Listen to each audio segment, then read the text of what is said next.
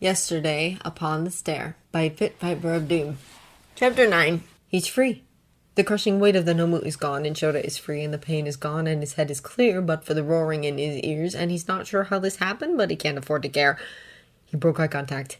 That villain, the one with the disintegrating touch. Midoriya was there, and Suyu, they were there, right there, and the villain was on top of them, and he broke eye contact! His eyes are clear. He's looking at the villain's back just across the way. The pale man hasn't moved from where he was before, standing over the kids. They're children. They're his kids, his students! And Shota moves before he can properly think. He reaches them far more swiftly than he has ever moved before. He blinks, he just blinks, and he's there, and yells at them to run! He can still move, he can still fight, he can still protect them until he can't move or fight anymore. Not one head turns to look at him. The villain ignores him, still talking to the one with a warp quirk. Shota stands between the man and his students in far too little space, and no one backs away. He looks over his shoulder and finds Asui speechless with horror as she stares not at him, but through him, while Midoriya's eyes are glassy and blank as if he feels too much for any of it to show. Hey, you need to cool it before you go crazy! He doesn't hear anyone come up, he just hears the voice. A young voice belonging to another kid, but this is not a face he recognizes. This one is older than his students, pale and blood-streaked with wide eyes. Wide, blank, dead white eyes! Shota blinks, and finally he looks, and he sees. The facility is crowded with people, pale spectral figures too many to count. The closest one is a little girl, dark-haired and dressed in white. She watches him silently, one among countless others, most of them mangled, disfigured, and crying out as the villains ignore them. No, that isn't right. They don't ignore them. They just don't see them at all. Shota looks down and sees the ground through his own hands. No, he whispers. No. Hey! It's the boy again, the one who bleeds from a hole in his head. Ah, that's familiar. He recognizes that. He knows what it means, but the memory is just beyond his reach. And watches him in quiet awe and horror. Look, you need to calm down. It's not... But Shota stops listening because that's when he looks back the way he had come, back to where the Nomu still crouches as it keeps guard over. As it holds down. He throws a punch at the man standing before him, vicious in his desperation, and the blow passes through him, as if Shota's fist is made of fog. He spits a curse that none of them can hear! Erase your head! The boy he doesn't know tries to catch hold of him to stop him, but he can't touch Shota either. Look, you're not... If it helps, I don't think you're totally dead, just... almost! It doesn't matter! Shota's words are nearly a snarl, and they sound far away even to his own ears. I can't just lie down and let them do this. You don't have a choice. If we had a choice, I'd have stopped them from doing this to you. I'm sorry. The boy meets his fury and frustration with sadness and pity, and Shota doesn't need pity. He doesn't want pity. Something warm curls against his wrist. It's only because he feels something warm that he realizes with a jolt that he feels nothing when he is like this. No pain, no temperature, not even the ground that should be beneath his feet. He feels nothing, and that is why he notices when he feels something warm. He looks back. Midoriya stares straight ahead as his fingers curl around Shota's wrist, not quite touching him. He can't touch him, but trying, approximating. His student's voice is so quiet that he barely hears the words. It's okay. Midoriya's eyes are wide and unblinking as he whispers, I'm sorry. I'm so sorry. Tears gather in his eyes. It's going to be okay. Nobody has to die here. Midoriya raises his wet, shining eyes and meets Shota's. What was that? The sound of the villain's voice curls in the air like oily smoke. Nobody has to die? His voice shakes with held-back laughter. Well, that's not really up to you, is it? Midoriya doesn't take his eyes away from Shota's face, but when he speaks again, his voice rings cold and clear. I wasn't talking to you. Shota doesn't know what's happening. He doesn't understand any of this. None of it makes sense to him, except the fact that his student is mouthing off to a villain instead of running away, and that's going to get him killed. What are you doing? Shota hisses. He tries to shove Midoriya away, but it's no use. Get out of here and run. They wouldn't get far, the young ghost tells him. That one's fast, and that one warps. They'd be caught in seconds. Shota looks sharply at him, and the boy shrugs. I'm just saying. Behind him, the villain speaks again, voice dripping with quiet menace. What did you just say? Midoriya's eyes shift, then moving from Shota's face to the villain standing behind him. I said, Midoriya answers patiently, I wasn't talking to you. His head tilts to one side, blinking slowly as he considers the pale villain before him. But since you're asking, would you like to talk? Midoriya, what are you doing? Shota would drag him away if he could by the hair if need be, but his reaching hands pass through his student uselessly. Midoriya doesn't react beyond briefly closing his eyes. Run, you idiot! There's a hiss not unlike radio static, and the little girl in white rushes at him with a face that drips and melts into a snarl. He pulls back on instinct, and Midoriya stands before the villain unobstructed. Midoriya's eyes briefly meet his, then flicker past him to look at the villain once more. Shota has never felt so helpless in his life. The man who wears severed hands stares back. His eyes glitter through the cracks in the fingers. If you're going to kill him, then do it quickly, the warp villain rumbles urgently. It's Shigaraki, Midori says. Is that what he called you? There's no reply. Sorry to interrupt, I was just wondering, does this mean you're still going to leave? For all the tension and terror that Shota feels sharply, he still has just enough room to approve of the sheer force of Midoriya's composure. It's impressive given the circumstances. Eerie, but impressive. And yet that very same composure gives him pause because it doesn't belong on that face. It shouldn't belong. Where is the boy who stammers and shakes in the face of a challenge? Where is the boy who rallies with a determined smile? Midoriya isn't smiling right now. He isn't anything. His face is as blank as a doll's. Maybe. The villain lifts one of his own hands again. Not that you'll be alive to see it. Oh! Midoriya doesn't step back, but he does lean back, pressing into Asui and pushing her further away from the villain before him as well. You're still going to kill us too? He asks so bluntly, so casually, as if the thought of death doesn't make him panic. It simply makes him cold. Wouldn't that be nice? Shigaraki's eyes shine with excitement. If we can kill All Might here, then we may as well hurt his pride instead. The hand covers most of his face, but Shota can practically hear the grin. Oh, well, if that's what you want to do, Midoriya says. Shota sees the way he eyes Shigaraki's lethal hands. I think you've already done it plenty.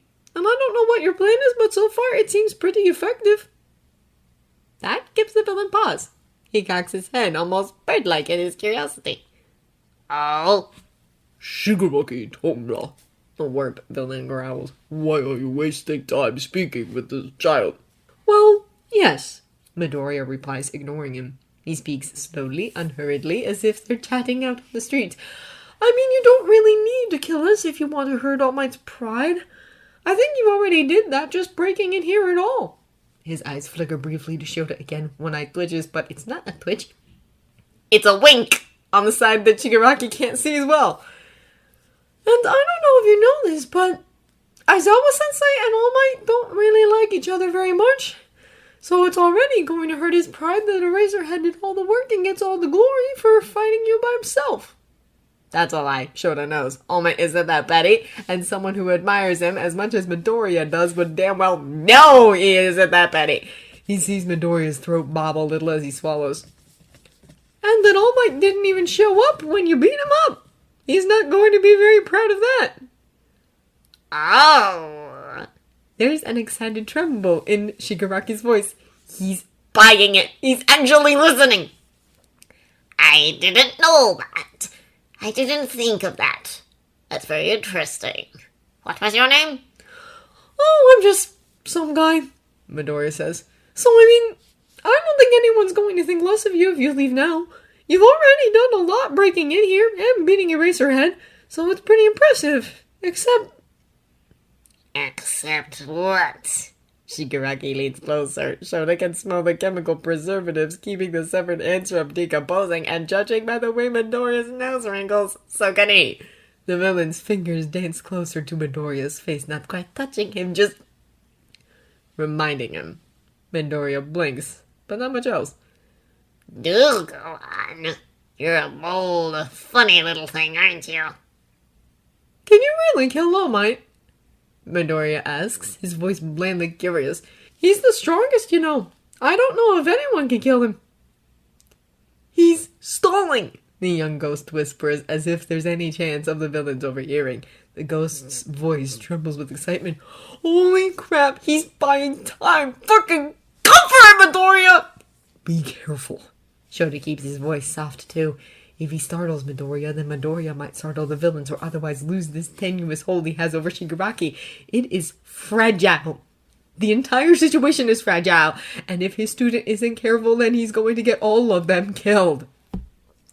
The villain's voice trembles with amusement at Midoriya's question. Wouldn't you like to know? Shigaraki. The warp villain warns and is ignored. So you must have something big planned if you're here to kill All Might, Midoriya says. His voice sounds alien to Shota's ears, far away and unnaturally steady. You must have something big up your sleeve. Something you know will kill him. Otherwise you wouldn't have gone to all this trouble, right? You got so far and you beat Aizawa-sensei at 13. So you must be smart. Shigaraki. The warp villain snaps. Shut up, Kirogiri. Shigaraki spits back petulantly. He's going to die anyway. You are, he adds with a glance at Izuku. and we can kill the symbol of peace. And even if we don't, how much will it hurt him to find children dead when he gets here? Maybe we can still wait for him. It would be nice after we came all this way. Well, that's the thing, isn't it? Midoriya says. You know you can kill him. Just like you knew he would be here. Midoriya tilts his head to the side again, and that's when Shota sees his student go for the throat. Except he isn't, is he? Shigaraki goes still. You didn't know that All Might wouldn't be here, Midoriya says. You didn't know that Eraserhead would. You didn't even know what all our quirks were. And at that moment, Midoriya finally smiles at Shigaraki Tomura. Imagine what else you don't know, Mr. Shigaraki. It's not a confident smirk or a happy grin. It's just a bland, vague smile that doesn't quite reach his eyes because they're too busy playing host to a storm of fear and cold rage. Shota can see it as clearly as if it's written on them, and it's so alien on a kind face like Midoriya's that Shota can imagine chills running up his own spine. There's a tremor in the villain's hand, still half raised to touch Midoriya and turn him to dust. I think, Midoriya says, then you were right the first time. You've gotten so far and done so well up to now, and everyone's going to be very impressed. So, why risk that? His smile stretches wider. Imagine how cool it would be if you just, after you came in here and did all this, if you just vanished without a trace, before anyone even got here to stop you. Right? That would be pretty cool. Shigaraki doesn't reply out loud, but he does make an eager little noise.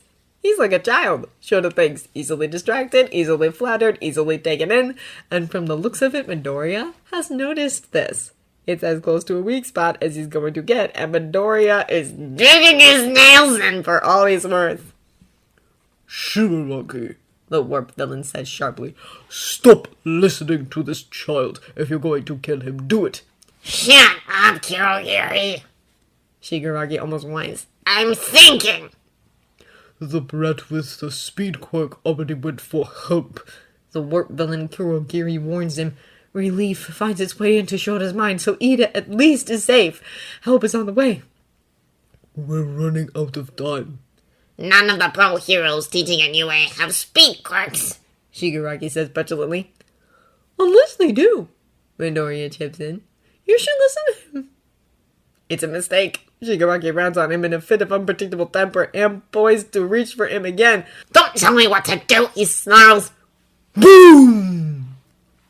The explosion toward the entrance galvanizes Midoriya into action before Shota even knows what's caused it. His student springs back out of Shigaraki's reach and catches Tsuyu by the arm to drag her along with him. They don't need to go far. Shigaraki isn't pursuing them. He's too busy whirling around to see what all the commotion is. The Nomu leaves Shota's body on the ground and moves to flank him. The dust settles, and All Might steps into the facility, his voice booming out so that it reaches almost every corner. It's alright, no! He says, and Shota is close enough to hear the strangled, almost sob of relief from Midoriya. Do you know why? His teeth are showing stark white from behind his lips, but he isn't smiling. There's a ghost at his side, grim and silent. It's not Midnight. It's not anyone that Shota recognizes. Her skin is pale and her eyes are blank and white. Another ghost. Because I am here. Shota is watching what happens next, and yet he sees almost nothing. In the space of a blink, villains go flying before All Might reappears by his body. Another instant, and Shota feels himself being violently jerked to the side by some invisible force. When he gets his bearings, they're halfway across the plaza from where they were before. All of them, Midoriya, Asui, and All Might, who lays his body down with a gentleness that Shota grudgingly appreciates. The dead boy reappears next to him, grinning. Wow, for a second there I thought he'd last on you or something. You must really still be alive if you're tied to your body like that. Shota only half hears him, too caught up in his own relief. About time someone got here, he mutters. Give him a break, the ghostly woman at All Might's side snaps. The principal held him up. I had to short-circuit half the lights in the room and knock tea all over the carpet just to give him the chance to slip off. Shota sees the grin spread across Midoriya's face, sees the boy look straight into the woman and see her. Thank you, his student mouths silently. Midoriya can see them. There's no getting around that. The dead are everywhere, and Midoriya can see them. Midoriya, Asui, All Might says quietly. Head to the entrance. Take Aizawa with you. I leave him to you. It's uncomfortably strange being talked about like he isn't there. I'm right here, Shota says. They can't see you, the dead boy reminds him. They didn't kill him? Asui whispers, her eyes are fixed on his body, wiping over. Midoriya locks eyes with Shota again. The boy's stare sharpens, considering him, searching his face. Shota can only look back helplessly lost before Midoriya turns back to Asui. No, he tells her. He's still alive. Hurry! All Might urges. They rush to obey, and Shota would spare a moment to be touched if the situation weren't so dire. And it is dire, though the students don't know it. He and 13 had signaled each other before. All Might had spent his time limit already. He must be running on fumes and a prayer at this point. Midoriya and Asui heave his unconscious form off of the ground while the dead boy hovers anxiously and the little girl darts around them unseen, gathering up the bloody trailing scarf to keep it from getting underfoot and dripping them. It is then that Midoriya hesitates and looks back. All Might, he says, there's something funny about the big one. Nomu. And you. He's oddly solemn, Shota thinks. For a boy who so obviously hero worships All Might, he looks almost unhappy to see him. Midoriya shoots a furtive glance towards Asui before his throat bobs and he speaks again. Is there time? He knows, Shota realizes with a jolt. Young Midoriya. All Might turns to face him and the smile is back in place. At his side, the ghost woman's pale face mirrors it. It's going to be alright. Now please, get him to safety. Midoriya knows about the time limit. He knows, and All Might knows that he knows. And what does this mean? Tsuyu is staring at him. Izuku can feel the full weight of her attention pressing on his mind. He isn't looking directly at her, but he can feel her wide eyes boring into him all the same, watching him as if she expects him to sprout fangs and shoot poison. And why wouldn't she after what she just saw him do? Most people wouldn't talk that way to a villain. Most people would scream, would run, would shout and curse and threaten and spit defiance. Most people tremble before men who wore severed hands like trophies and crumble flesh with a touch. But Tsuyu has seen him look such a man in the eye and talk to him like an acquaintance. She has seen him flatter and tease and lie with a smile on his face not half a minute after seeing the villain stand by and laugh while his minion beat their teacher half to death. This whole time his classmates have mistaken him for someone normal. Someone cool, even. What will they think of him now when Tsuyu tells the others what she's seen him do? What will they do when they find out how creepy and strange he is? Izuku's eyes burn and he ducks his head under the pretense of struggling under the weight of Aizawa's unconscious body. Friendship was nice while it lasted. Su! Asui! He says quietly, and his classmate starts at the sound of his voice. The burning in his eyes almost brings a blur of tears, but he blinks as hard as he can to fight them back. He turns to her and tries to read the look in her eyes. Is that fear he sees? Tsuyu's looking at him like she's never seen him before. Can you go on ahead? What? She croaks in surprise. And leave you, Midoriya? What for? The two of us are sitting ducks like this, he says. I can carry him by myself until you bring back help. Some people to help carry him, some to cover the others. Okay? She blinks, and the previous, unnameable emotion in her eyes is replaced by a sort of warby determination. Are you sure? I'll be fine, just hurry back. Okay. She slips out from under Aizawa's limp form and stays just long enough to help Izuku readjust the weight before she takes off at leaps and bounds. Finally alone, Izuku raises his head and looks at Aizawa again. Not the unconscious body he's carrying, but the faded, almost ghost who drifts along beside him. Have you and Narita talked yet? He asks. It's nowhere near the most pressing issue at the moment, but Izuku could use a distraction. What? Not yet, Narita says. I'm still waiting. Oh, Izuku says. Aizawa's limp weight isn't so bad if he just focuses on one step at a time. Tsuyu is fast and strong. She'll be back with help in no time. He only has so much time to talk. What for? If he dies, then we'll talk, Narita says. If he wakes up after this, then he's going to forget everything he's seen and heard. That's what always happens with near-death experiences like this, so I won't waste my breath. You don't breathe, Narita, Izuku says. Stop talking about me like I'm not here, Aizawa says sharply. Sorry, Izuku says automatically. The moment the word is out, his throat feels tight and the burning in his eyes is back. Don't cry, Midoriya. Somehow Aizawa's voice is gruff, but not unkind. Sorry, Izuku chokes out. I'm sorry, it's my fault, And you saved us, me and Tsuyu, and if you die, it'll be my fault, and that's never happened before, and I didn't mean for this to happen. They did, Aizawa says. Izuku blinks up at him, eyes blurring. You didn't mean for it to happen. They did. Aizawa looks back to the battling villains, making it more their fault than yours. Wouldn't you agree? Izuku purses his lips to keep from crying. He's out of time, isn't he? He half whispers. Oh my, if help doesn't come soon, now he'll lose. He won't run out of time, Aizawa tells him. He's stubborn like you. He'll be fine. It takes a liar to spot a lie, and Izuku has been keeping secrets since he was 5 years old.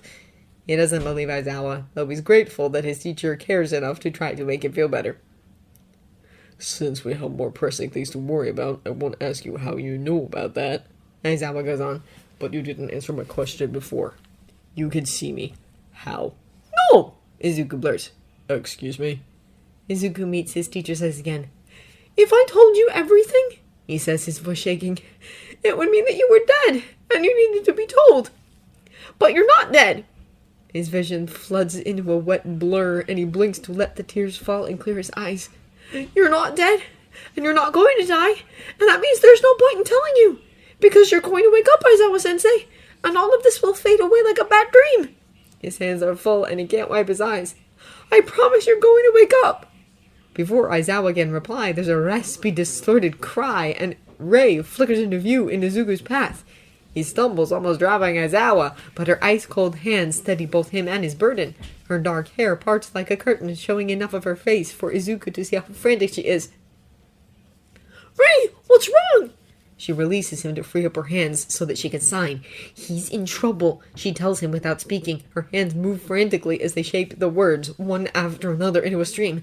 They trapped him, he's in trouble, he needs help, he's hurting! Izuku stops so abruptly that he almost trips before he looks back. His stomach twists. Alma is balanced precariously over one of Kurogiri's warps. The Nomu is visible from the waist up, protruding from the black warp gave just far enough to grip All Might in the ribs. Its fingers dig in right at the spot where Izuku knows his scar is. Mishimura claws uselessly at the Nomu, jaws open wide as she screams her fury. Aizawa's ghost swears quietly. I smell blood, Ray signs. They'll kill him. Izuku sobs as every instinct in him burns to run back and help. But he can't do that without leaving Aizawa for dead. He can save Aizawa, whose almost ghost stands before him and might become a real ghost if help doesn't come soon. Or he can help All Might, who trusted him with his power and his secrets and promised to train him into just as great a hero as Izuku has ever hoped to be. Whatever you're thinking of doing, Aizawa says. don't. And that's not just me being selfish. This is so you can save yourself, Midoriya. I don't want to save myself, Izuku whispers. Damn it, Midoriya, he stayed to give you a chance to get away. Aizawa snaps. Don't throw that away so lightly. I'm the only one who knows, Izuku chokes out. Nobody else. They don't always hurt. They don't always... Thank you! He turns forward again and hope stabs him in the heart when he sees Sugi returning with Uraraka, Sero, and Sato with her. Hurry! He yells back. His voice comes out cracked and raw and broken. One touch from Uraraka lightens his burden and he ducks out from under Aizawa's limp form. Get him to safety! He blurts. Midoriya, don't. Aizawa's almost ghost growls at him. I have to! He answers. Have to what? Uraraka asks, but Izuku is already running. Ray keeps pace with him, her hair twisting like dark snakes, and he feels his own desperate fear and anger finally boil over. It lends him strength and speed. He'll help. Whatever he can do to help, whatever he can sacrifice, he'll do it. All Might will win! Of course it's not that simple. It's never that simple. In the end, it's not so much a close call as it is a string of close calls, one after another. Every time All Might is nearly beaten, something gets in the villain's way. First, Izuku charging back into the fray after leaving Aizawa in his classmate's care. He can't do much on his own, but his other classmates are next to arrive. Bakugo taking on the warp villain with a well-placed explosion, and Todoroki freezing the Nomu's limbs so that All Might can escape its grip. And finally, when the battle is truly dire, when one for all ebbs from All Might's body and shatters the bones and Izuku's legs with a single desperate leap, the rest of the UA's faculty arrives with Ida leading the way. In the end, 2 villains escape and no new ghosts are made that day. Izuku is left lying injured on the ground. Ray hovers over him, humming anxiously, while Miss Shimura stands by All Might's side like a bodyguard. She's been strangely quiet this whole time, ever since she came back with him. But there's time to worry about that later. For now, tears of relief, shame, and leftover fear stream down his face. He's okay. All Might is okay. Izuku couldn't do much, but he could buy time. He stalled the villains the last few minutes before All Might could arrive, and bought a precious handful of seconds to keep them from killing him before Ida's return with reinforcements. He wasn't useless. He wasn't much, but he wasn't useless. Only one more thing of note happens that afternoon before paramedics arrive to take charge of him and All Might. Hey, Midoriya! At the sound of Kirishima's voice, Izuku looks up to see his classmate running toward them with a worried look on his face. Are you guys okay? Izuku pushes himself up on his elbows. I'm fine, but I can't get up, he calls back. And what? Realization hits him like a jolt of electricity. There's only a cloud of steam hiding All Might's true form from view. If Kirishima gets too close, Kirishima, stop! Don't come any closer! Ray leaves his side, blinking out of view to reappear in Kirishima's path. Her hair ripples. She thrusts her hands out to stop him, and he runs straight through her like he always does. His face freezes. He stumbles, falling to one knee briefly before recovering his balance. For a moment, he stands in place, wide-eyed and blinking hard. Are you okay?